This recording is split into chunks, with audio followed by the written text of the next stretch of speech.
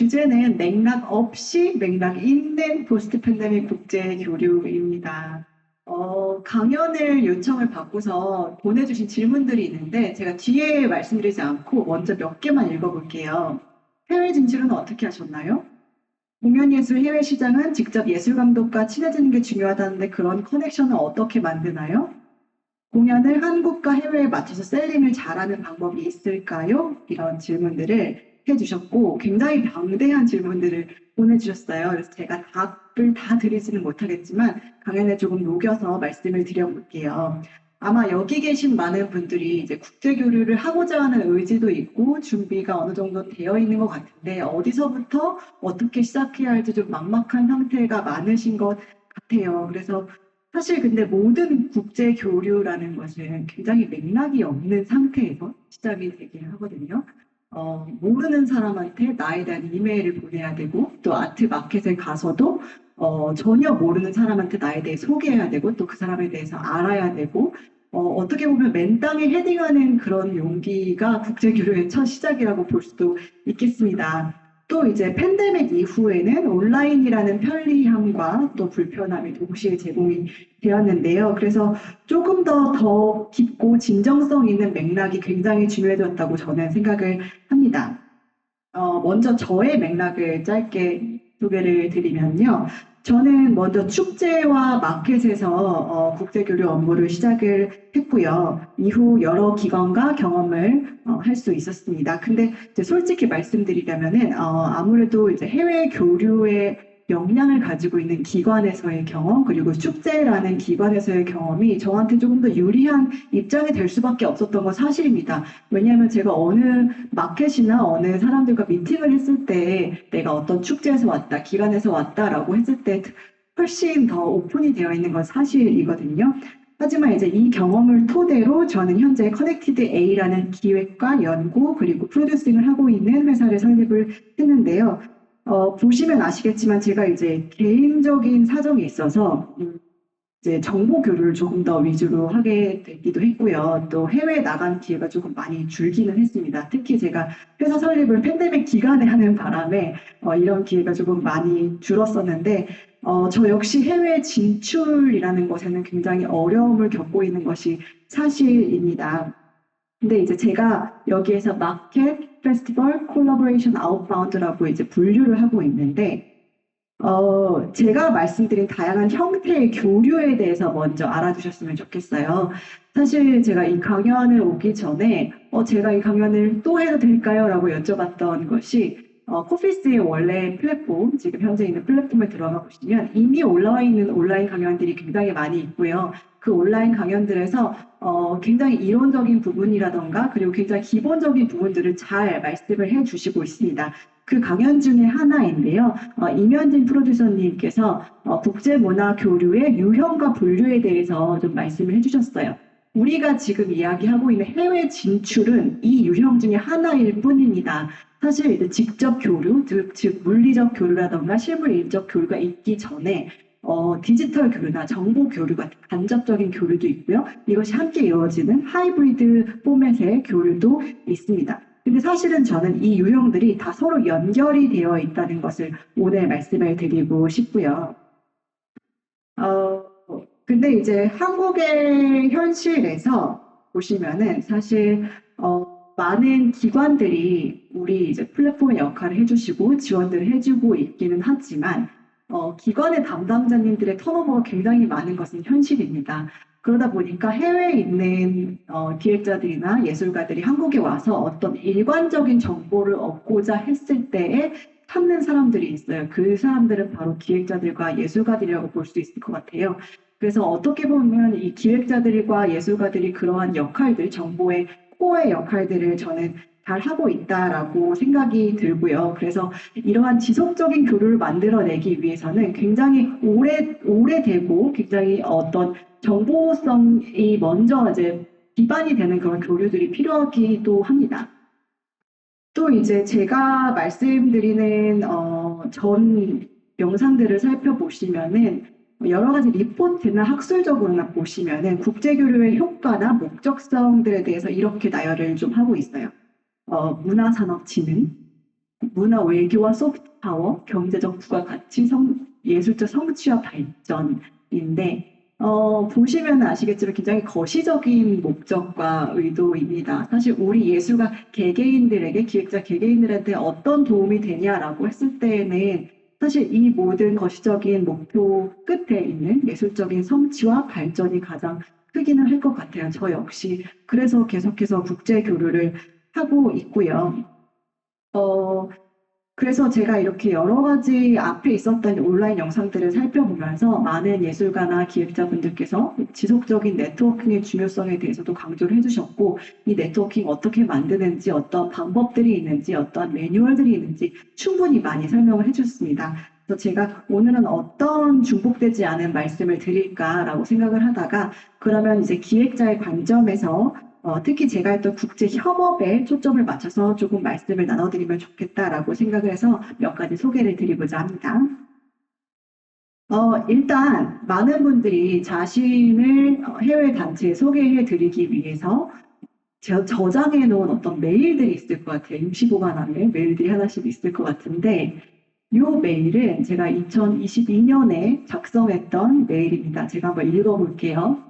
축제팀에게 서울에서 활동하는 프로듀서 장수혜입니다. 2017년 제가 어떤 기관에서 일했을 때 예술 감독님을 한국에 초청하기 위해서 연락을 드렸었습니다. 그때 만나지 못해서 아쉬웠습니다. 24년 미주 투어를 진행할 단체에 대한 정보를 공유하기 위해 연락을 드립니다.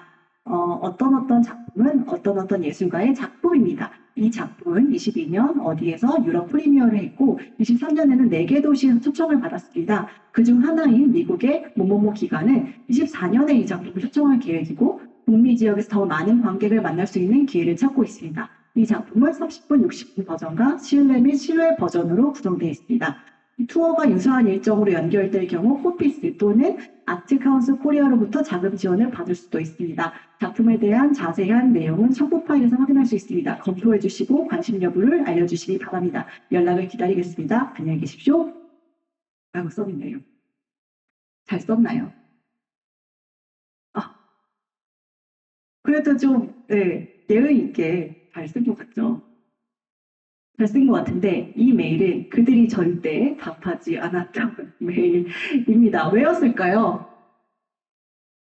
왜 그런 것 같아요? 내용을 한번 살펴볼게요. 제가 이제 축제 기관에서 일을 했을 때 제일 먼저 했던 업무 중에 하나는 축제 예술 감독님의 이메일을 함께 분류하는 업무였어요. 아무래도 축제라는 기관 또는 이제 여러 문화예술 기관에서 하루에 받는 이메일 양이 굉장히 많이 있죠. 특히 이제 큐레이션을 하는 담당자들은 더더욱 많을 수밖에 없습니다. 100개, 1000개 이메일이 옵니다. 저는 아직도 몇천 개 이메일을 받고 있는데요. 그러다 보니까 이렇게 메일이 왔을 때 일단은 바로 휴지통으로 가는 메일이 있고요. 그래도 한번 검토해 볼까라는 메일이 있고요. 바로 답장을 줘야겠다라는 메일이 있습니다. 그래서 그 경험을 토대로 한번 분석을 제가 해보겠습니다. 문제는 여기 있었는데요. 사실 그렇게 큰 문제는 아니에요. 근데 보시면은 먼저 제가 축제팀에게라고 말을 했는데 많은 메일들이 Dear Sir, Madam이라는 메일로 오게 됩니다. 저는 이제 처음에 이제 메일 받아보시면은 메일 제목이 있고 그 아래 이렇게 맨 앞에 컨텐츠가 있죠. 근데 요게 올 경우에는 웬만하면은 잘은 나중에 읽어야지 하고 이렇게 좀 밀어두는 편인 것 같아요. 근데 웬만하면은 담당자 이름이나 직책을 좀 정확하게 파악을 하면 좋긴 하겠는데 우리가 다 알지는 못하잖아요. 그쵸? 하지만 뭐 6단계 분리 이론이라고 있죠. 아세요? 내가 알고자 하는 어떤 이가 있으면은 6명을 거치면 그 사람을 알 수가 있대요. 지금 이제 우리 인터넷 세대를 사니까 링크드인이라든가 페이스북 또는 이제 제가 아는 선생님들이나 예술가들 등을 통해서 그분들의 이제 정확한 명함이나 이름을 좀 알 수 있으면 좋을 것 같고요. 그렇지 않는다라고 하더라도 그러한 노력은 최대한 해주시면 좋을 것 같습니다.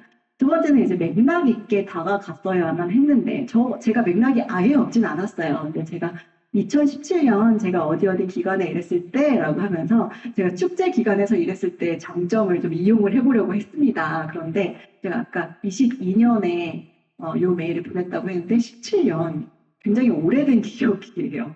그래서 그거를 이제 불러일으키는 것은 사실 맥락적으로는 옳지는 않고 그것보다는 사실은 이 축제 왜 제가 선택을 했고 컨택을 했는지를 조금 미리 이야기를 했으면 좋았을 것 같아요. 예를 들면 작년에 선보였던 어떤 작품을 인상 깊게 봤고 그 작품에 어떤 지점과 맞닿아 있다고 생각을 해서 연락을 드립니다. 라고 하면은 저에 대한 이야기뿐만 아니라 그들에 대한 어떤 조사도 충분히 이루어졌다라고 할 수 있겠죠. 그다음에 이제 요거는 중요한 정보였어요. 사실 한국은 지원이 굉장히 잘 되고 있는 편입니다. 해외에 비하면 잘 되고 있지만 늘 부족하죠. 하지만 이 굉장히 중요한 정보가 있었어요. 제가 24년에 어떤 미국의 기관을 갈 예정이었고, 그 다음에 자금 지원의 가능성이 있다라는 아주 중요한 정보를 뒤쪽에 살짝 흘리기만 했죠. 그래서 가능하면은 현실적으로 확정됐거나 가능성이 있는 지점들은 좀 강조해서 말씀해 주시고 작품 소개가 아니라 협업의 아이디어를 좀 그냥 담아서 제안을 해주시면은 참 좋을 것 같습니다. 물론 나의 작품을 단순하게 소개하는 것도 좋지만 이 작품이 당신의 지역의 맥락에서 축제의 맥락에서 어떻게 다가갈 수 있는지도 조금 같이 몇 문장 붙여주시면 좋겠죠. 그다음에 검토해 주시고 관심 여부를 알려주시면 감사하겠습니다 하면은 검토를 하시고 이제 관심 여부를 나중에 알려주실 텐데 사실 저도 이런 메일을 받아본 기억이 있어요. 혹시 15분 정도 짧게 화상으로 이야기 나눌 시간을 잡을 수 있을까요? 라는 메일을 제가 축제에서 일하면서 받은 적이 있는데 이 메일은 제가 답을 완전히 무시할 수도 없더라고요. 가능하면 그래도 답을 좀 드려야겠다라고 생각을 해서 제가 이제 시간은 없으니 그러면 작품 정보를 좀 먼저 보내주세요. 저희가 검토하고 알려드릴게요라고 말씀을 드린 기억이 있는데 가능하면 이제 내가 원하는 다음 단계를 좀 명확하고 구체적으로 제시하면 좀 좋을 것 같습니다. 근데 이렇게 잘 쓴 메일에도 답장이 안 오는 경우가 굉장히 많이 있는데 그럴 때에는 내 잘못이 아니다라고 생각을 해주시면 좋을 것 같은 게 사실 축제라는 곳, 그 다음에 예술기관이라는 곳이 어떠한 예술가들의 요구나 예술가들의 부름에 답할 어떤 책임이 있는데 그런 책임들을 또 한 사람, 늘 축제 같은 기관은 이제 3명, 2명 혹은 많게는 10명 정도까지는 있지만 모든 사람이 모든 업무를 할 수 없기 때문에 그러한 지점들을 조금 잘 이해를 서로 해주시면 좋을 것 같습니다. 그래서 이렇게 해서 준 미팅 일정을 잡았는데 그럼 잡았으면 이제 어떻게 해야 할까요? 네. 그래서 제가 아까 앞에서 메일을 쓸 때 가능하면 이 축제에 대해서 미리 알아두면 좋고 예술 기관에 대해서 좀 미리 알아두면 좋다라고 했는데 사실 우리가 이제 맥락 없이 우리 자신을 소개한다라는 이야기를 제가 아까부터 계속 하고 있는데 어떻게 하면 우리가 그런 지속 가능한 관계로 만들 수 있느냐라고 했을 때 저는 이것을 이제부터 관계와 해석이라는 키워드를 통해서 말씀을 드려볼게요. 먼저 내가 어떠한 것을 한다라고 말씀을 드리기 전에 그럼 당신은 무엇을 하는지가 좀 궁금하셨으면 좋겠어요. 제가 이제 펜스나 뭐 여러 가지 해외 아트 마켓에서 가서 어떤 대화들을 잘 지켜보면은 좋은 대화들은 어떤 것부터 시작을 하냐면 예술가가 먼저 나의 이야기를 하는 것보다는 축제들이 우리는 어떠한 축제를 하고 있고 지금은 어떤 방향성을 가지고 있다로부터 시작이 되는 것 같아요. 혹은 그걸 먼저 말하지 않았을 때는 예술가가 먼저 물어보기도 합니다. 현재 당신의 방향성은 무엇이고 어떠한 작품들을 찾고 있고 어떤 관심이 있느냐라고 물어보는데요. 세계 공연 예술계가 어떤 것에 관심이 있을까라고 GPT에 물어봤어요. GPT만 물어봐도 이러한 대답이 나옵니다. 현재는 디지털 기술 접목, 가상 공연, 관객 참여도 요소의 진화, 다양성, 포용성, 지속 가능성이라는 키워드를 던져주기는 했는데 GPT가 완전히 틀리지는 않은 것 같아요. 저 역시 이제 예술 축제들이나 플랫폼들을 보면서 이러한 주제들에 지금 대체적으로 관심이 있는 것 같고요. 하지만 이 키워드들은 계속 바뀌겠죠. 그래서 계속적으로 여러분들이 번역을 하고 해석을 하셔야 되긴 할 텐데 이러한 관심사에 응답을 하고 있는 예술가들의 사례를 좀 살펴볼게요. 하나는 일본 예술가 히로아키 우메다입니다. 이 예술가는 이제 움직임 예술가예요. 보시다시피. 그렇지만 디지털과의 접목을 굉장히 많이 하는 예술가입니다. 이 예술가가 팬데믹 시기에 아르스 일렉트로니카라는 오스트리아의 축제에 자신의 공연을 소개했을 때 이 예술 감독이 이 공연 자체에 대한 것도 중요하지만 이 과정에 굉장히 많은 관심을 가지고 있다는 것을 알게 되었습니다. 그러면서 이 예술가는 그러면 우리가 그 과정을 한번 공유해보는 워크숍을 할 수 있을 것 같아요 라고 하면서 그 과정을 공유하는 온라인 워크숍을 이렇게 하게 되면서 관객들과 먼저 만나게 됩니다. 그 이후에 이 축제와 예술가는 함께 협업을 해서 공연을 올릴 수가 있었고요. 만약에 이 예술가가 내 작품에만 초점을 맞췄다면은 이러한 협업의 결과는 이루어지지 않았겠죠. 두 번째는 이제 제너럴 콘스트라고 제가 아주 좋아하는 예술가인데요. 장소 특정적 사운드 퍼포먼스를 한 사례입니다. 프랑스 마르세유에서 한 사례였는데 이 예술가의 경우는 작품의 형태가 우선은 굉장히 많이 열려 있어요. 가능하면 이 지역성이나 관객의 참여에 따라서 이 작품이 바뀔 수 있는 그런 요소들을 가지고 있는 작업입니다. 그렇다 보니 이 작품들은 한국에서도 또 작업이 이루어지기도 했었고요. 이렇게 좀 가변성이 있는 작업들도 어떻게 보면 저희 기획자의 역할로서는 시선으로서는 조금은 가능성이 있는 작업이다, 국제교류 가능성이 있는 작업이다라고 저는 보여지기는 합니다. 그래서 이렇게 트렌드를 이해한다는 것은 단순히 트렌드를 이해하는 것뿐만이 아니라 이를 어떻게 우리가 해석을 하는지도 굉장히 중요합니다. 사실 이제 우리가 국제교류를 한다라고 했을 때 단순하게 어떤 트렌드를 따라간다라고 생각을 할 수는 있지만 그것을 어떻게 우리의 맥락으로 가지고 올 수 있느냐도 굉장히 중요한데요. 사실 우리가 이제 국제교류 얘기할 때 또 이제 K 아트잖아요. K 컬처 많이 말을 하죠. 중요하죠. 중요하고 저도 굉장히 자랑스럽게 생각을 합니다. 하지만 우리가 그것 말고는 할 말이 없는 게 아니라 그동안에 이제 국제적인 맥락에 대한 좀 고민이 부족하지 않았나라는 생각을 저는 최근에 하게 되었는데요. 최근에 제가 갔던 곳 중에 하는 곳이 예술위원회 및 문화기관 국제연합 입박하라는 곳에서 한국문화예술위원회와 함께 주최했던 아트 서밋이라는 그 행사가 있었어요. 여기 행사에 원래는 정책 기반자들이나 기반의 담당자분들이 가는 곳이었는데 제가 이제 같이 참여를 하게 되었고요. 그때 근데 이제 국내 담론에서는 듣지 못했던 얘기들을 많이 들었습니다.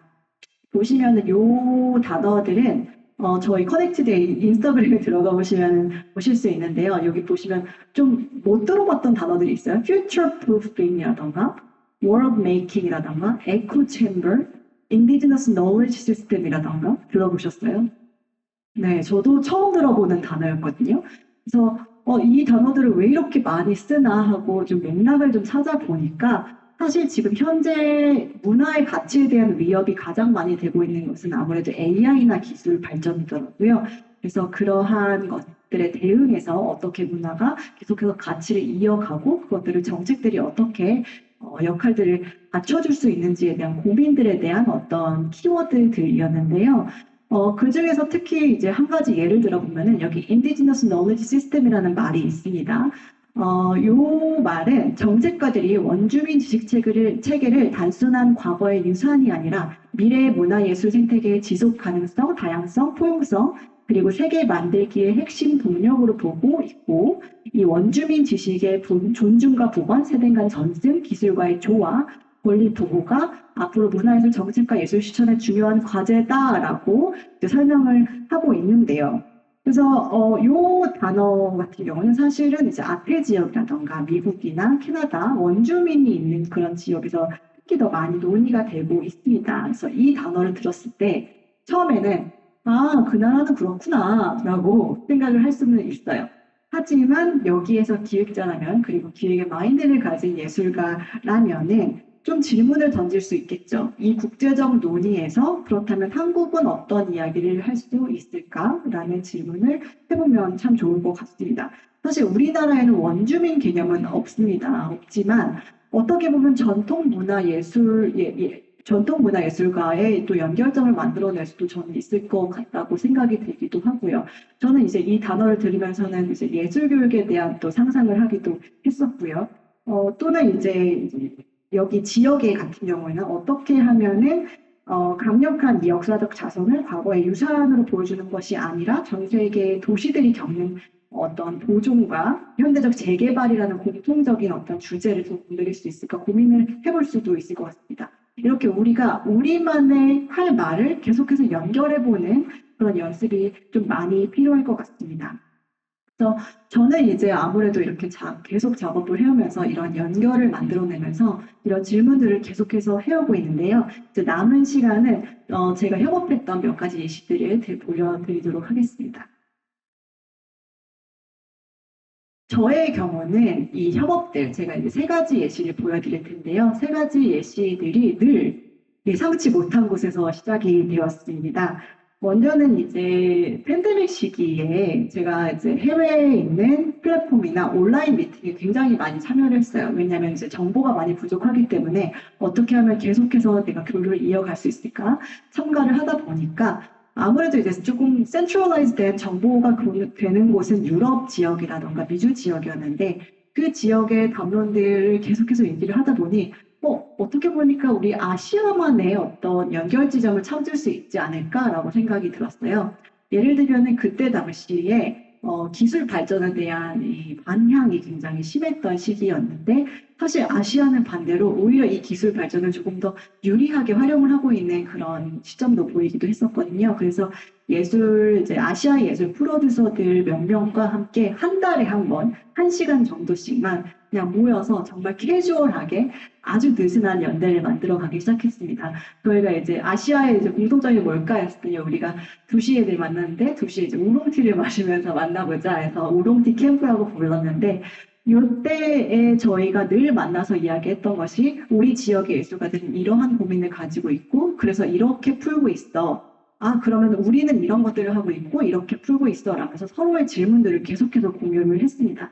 그러다가 저희가 찾은 공통적인 주제 중에 하나는 무엇이냐면 팬데믹 시기, 특히 지금도 마찬가지긴 한데요. 중견 예술가들이 어떻게 보면 이미 만들어진 어떤 네트워크가 있어서 교류가 그때에도 계속 가능했다면 신진 예술가들 같은 경우에는 이 시기에는 정말 문이 많이 닫혔던 시기였습니다. 그렇다면 이 신진 예술가들, 우리가 계속 얘기하는 지속 가능성에서 다음 세대에 대한 고민은 누가 하고 어떻게 할 것인가라는 그런 대화가 이루어졌었는데 거기에서 시작된 것이 유럽 현대무용 플랫폼 에어로웨이브즈에서 시작된 무버스 플랫폼이라는 작업이었습니다.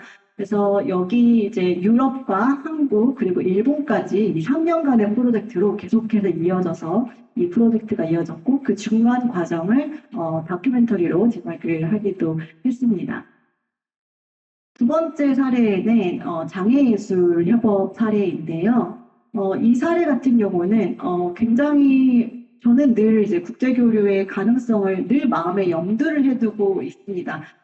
이제 해야지 하고 시작하는 것이 아니라 늘 마음에 염두를 두고 있는데 아주 우연하게 학회에 참여를 했는데 그 학회에 참여를 했던 어떤 캐나다의 국립예술기관 대표가 있었어요. 그 대표님에게 따로 메일을 보내서 좀 궁금한 게 있는데 캐나다에서 장애예술은 어떻게 이루어지나요? 라고 이렇게 단순하게 정말 대화를 하기 시작했습니다. 그러다가 이 대표님께서 또 다른 장애예술 기관을 또 소개를 해주시는 경우가 생겨서 마침 그 기관이 한국의 KF 코리아 파운데이션에서 전시를 하고 있던 터라 그 대표님과 또 만남을 이어가게 됐고요. 그 이후에 저희는 이제 먼저는 리서치 워크숍으로 시작을 하게 되었는데요. 한국의 예술가들과 캐나다의 발달장애 예술가들의 만남이었습니다. 함께 만나서 우리가 서로 다른 세계를 어떻게 넘나들 수 있을까 하는 고민에서 시작된 포용적 예술 창작 작업이었고요. 이 작업이 시초가 되어서 24년에는 함께 협업 레지던시를 통해서 24년 스타프에서 추천이 되어서 한국 캐나다 공동 창작 프로젝트를 이루게 되었습니다. 이 프로젝트는 지금도 계속해서 연구와 발전이 이루어지고 있고 내년에도 또 한번 어떻게 발전해 볼 수 있을지 계속해서 방법을 찾고 있습니다. 세 번째 사례는 아주 좀 특이한 사례인데요. 사실 우리가 국제교류를 한다라고 했을 때 제일 만나고 싶어하는 인사는 예술감독, 그죠? 기관의 담당자, 그죠? 하지만 저는 많은 힌트를 예술가들한테 얻기도 합니다. 사실 이제 예술가들을 만난다는 것은 그들에 대해서 아는 것도 있지만 그들의 지역, 그들의 커뮤니티에 대해서 이해할 수 있는 아주 좋은 방법이기도 하거든요. 그래서 저는 예술가들을 굉장히 염탐하는 것을 좋아하는데요. 그렇게 제가 염탐하던 한 예술가가 있었습니다. 뉴욕에 있는 탭댄서였는데요. 이 탭댄서가 사실 탭댄스는 뭐 순수 예술이라고 불리기도 조금은 어렵고 그렇다고 대중예술이라고 불리기도 좀 어려운 분야이긴 합니다만 이 예술가가 다양한 예술 기관과 협업을 하고 초청을 받기도 하고 레지던시를 하고 있는 것을 발견을 했고 조금 궁금증을 풀고 있었는데 어느 날 이 예술가가 한국에 온다는 스토리를 인스타그램에 올렸어요. 그래서 어 일단 DM을 보냈습니다. 메시지를 보내서 만약에 한국에서 공연을 하는 거라면 저 좀 제발 초대해 주세요라고 메시지를 보내는데 어느 주소를 알려주셨어요. 그 주소를 알려주셨는데 그 주소가 공연장도 아니었고요. 한강에 있는 아주 어두침침한 어떤 바였습니다.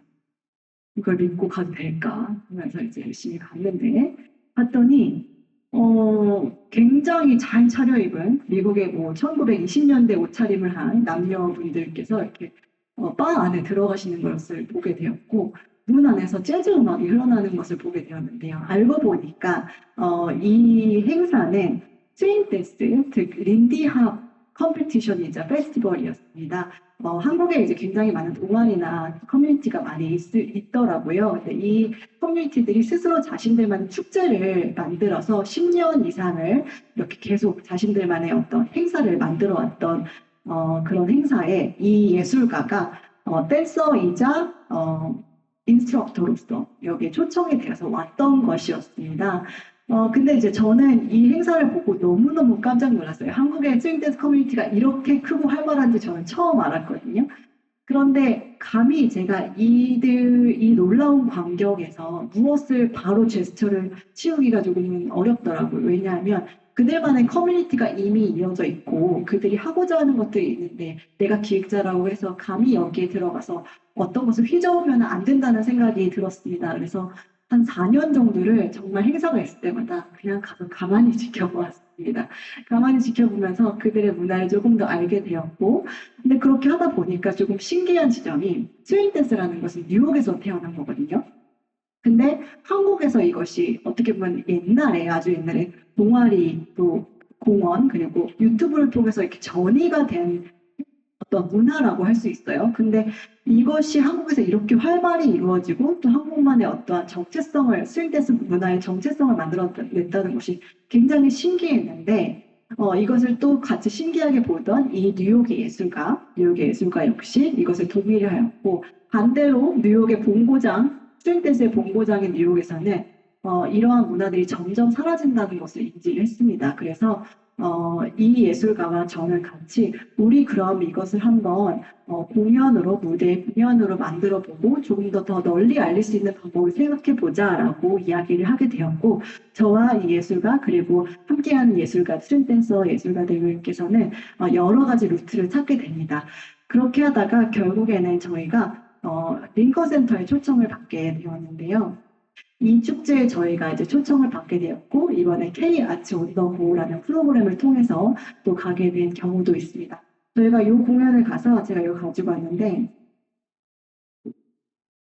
뉴욕 타임즈 1면에 이렇게 실리게 되기도 했고요. 아까 이제 김소라 예술가님이나 양소라 예술가님도 말씀을 주셨지만 이렇게 가서 단순하게 어떤 스펙타클을 보여주는 것도 중요하지만 그 지역에 있는 분들과 어떻게 연결될 수 있을까도 굉장히 중요합니다. 그래서 이 예술가들은 그 지역에 있는 스윙댄스 재즈 밴드들과 그리고 그 지역에 있는 다양한 커뮤니티 시설들과 또 연계를 해서 워크숍을 열기도 하셨고 이 스윙댄스라는 건 사실 소셜 댄스잖아요. 그래서 그 소셜 댄스의 문화 자체를 가지고 가서 무슨 파티를 열기도 하셨습니다. 네, 이렇게 계속 길게 말씀을 드렸는데, 제가 시간이 지금 어떻게 되는지 모르는데, 좀 말씀을 주세요. 마지막으로 이제 기획자의 관점에서 조금 더 말씀을 드리고 싶습니다. 사실 이제 국제교류는 품이 굉장히 많이 드는 작업입니다. 하지만 이제 오늘처럼 발표 기회를 얻는다거나 반대로 해외에서의 경험이 국내에서의 자본이 되기도 하는 것 같습니다. 그래서 이제 아트 마켓에 가게 되면은 부스를 지킨다거나 여러 미팅이나 만찬에 참석해야 되는 경우가 굉장히 많이 있습니다. 아까 이제 김소라 작가님께서도 그렇게 이런 자리에 꼭 참석을 해라라고 말씀을 주시긴 했는데요. 저 역시 이제 예전에는 가면은 그냥 공연이나 하나 더 보지 뭐 하면서 자리에 쓱 빠지곤 했어요. 하지만 기획자로서 제가 느끼는 지점은 한 가지는 참 예술가의 언어와 정책과 외교의 언어가 참 많이 다르다는 것을 느끼고 있습니다. 그래서 이런 자리에 참석을 해서 조금이라도 이야기를 듣고 또 그 사이에서 우리가 어떠한 이야기를 전달할 수 있고 또 반대로 배울 수 있는지를 알아두는 것이 정말 중요하다라고 생각을 하고요. 또 그래서 저도 이 자리에 나오기도 했고, 만약에 내가 기획자인데 여러 사람 앞에 나서는 일이 좀 불편한 사람이다라고 하시면 아주 매력 있는 예술가들을 옆에 같이 꼭 데리고 가셔서 함께 서로의 고민을 나누고 질문을 지속적으로 하고 서로의 방패가 되기도 하고 스피커가 되어 주셨으면 좋겠다는 생각을 했습니다. 어떻게 보면 이제 우리가 맥락 없는 연기로 시작을 해서 맥락 있는 어떠한 이해로 깊이를 더하고 사람이라는 가장 중요한 자산을 남기는 것이 국제교류의 아주 큰 역할이라고 저는 생각을 합니다. 이렇게 저의 강연을 마치겠고요. 네. Q&A가 몇 가지가 있었는데 그 Q&A를 조금 포함하는 말들로 마무리를 한 3분? 4분? 괜찮나요? 좀 더 말씀을 드릴게요.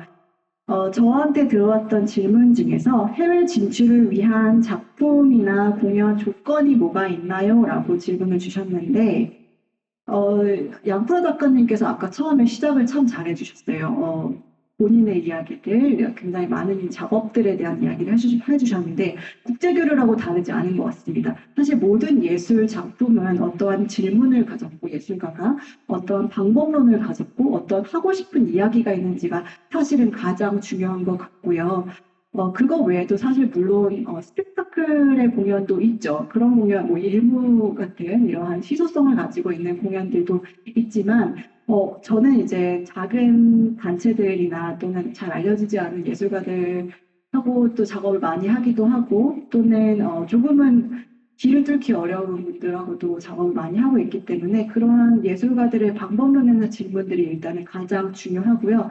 두 번째는 여기 아까 김소라 작가님이나 양프라 작가님 같은 훌륭한 예술가들, 즉 어떠한 태도를 가지고 어떠한 의지를 가지고 있는 예술가들인지도 정말 중요한 것 같고요. 그다음에 마지막으로는 이제 제일 이제 저는 기획자로서는 제가 할 수 있는 일인지 어떤 사이즈인지 어떤 버젯인지를 늘 보고 있습니다. 그래서 여기에서 행정과 실무는 저는 따라오는 것이라고 생각이 들고요. 또 이제 두 번째로 말씀드리고 싶었던 부분은 정보는 어떻게 찾나요? 라는 질문도 해주셨는데 사실 많은 분들이 이 정보 때문에 플랫폼을 만들어주세요라는 말씀을 굉장히 많이 하세요. 그래서 아마 정부는 플랫폼들을 만들어주시고 있지 않나라고 생각이 들기는 하지만 어떤 이렇게 센트럴라이즈된 플랫폼들은 할 수 있는 영향이 조금은 다른 것 같아요. 사실 우리 예술가들이 직접 만드는 플랫폼에서 저는 더 얻는 것들이 많이 있거든요. 그리고 반대로 많은 예술 감독들이나 기관들은 그러한 작은 플랫폼들한테 도움을 요청을 하기도 합니다. 예를 들면은 지금 이제 현재 이루어지고 있는 작은 플랫폼 중에서는 아시아 프로듀서스 플랫폼이라는 어떤 캠프의 형태도 있고요. 또 파다라고 퍼포밍 아트 프로듀서스 디스트리뷰터스 에이전트 얼라이언스라는 파다라는 기관도 있기도 하고요. 아까 저의 우렁티 캠프 같이 또는 이제 작가님의 플랫폼 같이 예술가들 스스로 만드는 어떤 그런 플랫폼들이 있습니다. 그런 조금 안전한 플랫폼에서 먼저 시작을 하시면서 관계들을 쌓아 나가시는 게 굉장히 중요하다라고 생각이 들고요. 마지막으로 국제교류가 우리는 늘 리포트를 하잖아요. 근데 그 리포트를 넘어선 어떤 성과를 꼭 기록하셨으면 좋겠습니다. 사실 우리가 이제 리포트를 하는 것에 있어서는 지원 기관이 어떻게 보면 성과라고 할 수 있는 어떤 그런 기준들을 가지고 그 자료들을 모으고 있는데 그거 외에도 사실은 우리가 모을 수 있는 자료들이 굉장히 많이 있다라고 저는 생각이 드는 게 예를 들면은 아까 제가 말씀드렸던 실수의 경우도 있고요. 또는 어떤 예술 감독이 또는 바뀐다라는 그런 정보성 같은 것들도 있고요. 굉장히 많은 또 우리가 재단할 수 없는 그런 성과들이 있습니다. 이런 성과들이 하나하나씩 모여서 다 자료가 된다고 생각이 들고 그렇게 해야지만 현장이 또 정책이 서로 함께 발전할 수 있을 거라고 생각이 됩니다. 꼭 기록과 많은 자료를 남기는 걸 잊지 마셨으면 좋겠습니다. 여기서 마치도록 할게요. 감사합니다.